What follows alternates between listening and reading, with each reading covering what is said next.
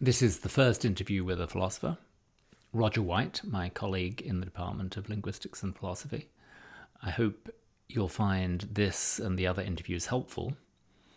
I began by asking Roger about the scope of the argument from fine-tuning.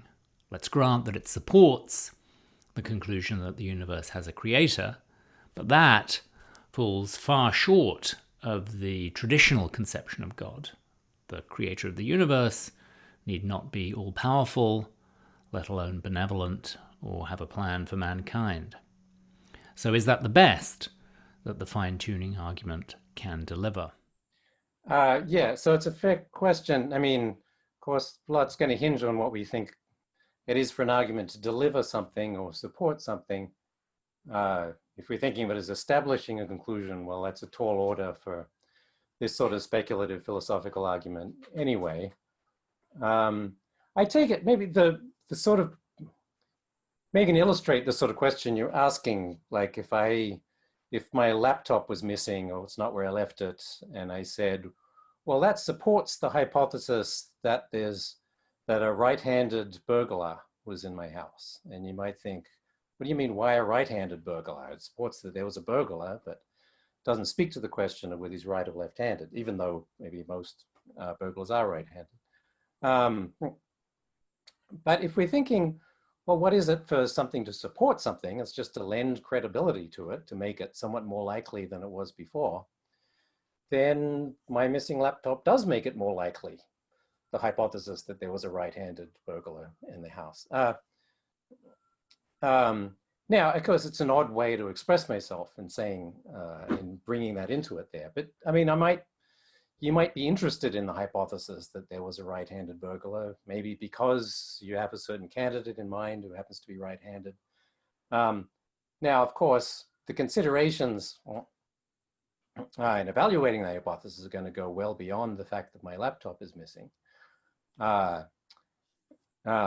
But still, it is raising the probability of that hypothesis. So in the case of theism, there's always going to be a lot of other considerations that come into evaluating that sort of claim. Sometimes it makes sense to frame the issue in terms of a much weaker hypothesis, but you might simply be interested in theism for various reasons, for the religious significance of theism, or just because it's a view that's loomed large in history of thought. And so you might be interested in what evidence is there for that hypothesis. And insofar as it supports, the fine-tuning argument supports that there was some sort of design involved in the universe, then it is lending some support to the hypothesis of theism. There's other things people have said that I don't know if I want to defend them, but some people have argued that theism is an especially simple hypothesis, and so it's stands out as a especially good explanation in that way. But that all goes well beyond the details of the fine-tuning argument itself. So, right. So if you're really interested in establishing the truth of theism as something like traditionally conceived, then maybe you could view the fine-tuning argument as part of a evidential package. Perhaps you already have some other reason to suspect that there might be a creator along Judeo-Christian lines or something, and the fine-tuning argument could just provide some additional support for that. Just like in your left-handed burglar case, we already suspect that there's some left-handed thief on the loose. That's the thought, yes. Yep. Great. So, okay, second question. So, do we really need the speculative, of course you admit that it's speculative in the essay, physical hypothesis that the universe is fine-tuned, that there are these fundamental constants of nature that could easily have been different, and if they had been different in ever so many numerous ways, the universe would not have been life permitting? Do we really need that hypothesis to run the argument? So without knowing very much physics, we can see already, or at least it seems plausible, that there are just numerous non-life permitting ways the universe could have turned out. So it could have turned out that the universe consisted of just 17 mindless particles bouncing around for eternity with no life at all. So given that that's how things could have been, and amazingly they have not turned out that way, they've turned out such that there's this extraordinary phenomenon, life, this valuable phenomenon, life. Doesn't that cry out for explanation in your terminology? So in other words, is the fine-tuning hypothesis really just icing on the cake, and you could have run the argument more or less just as well without it? I mean, maybe to some degree that's true.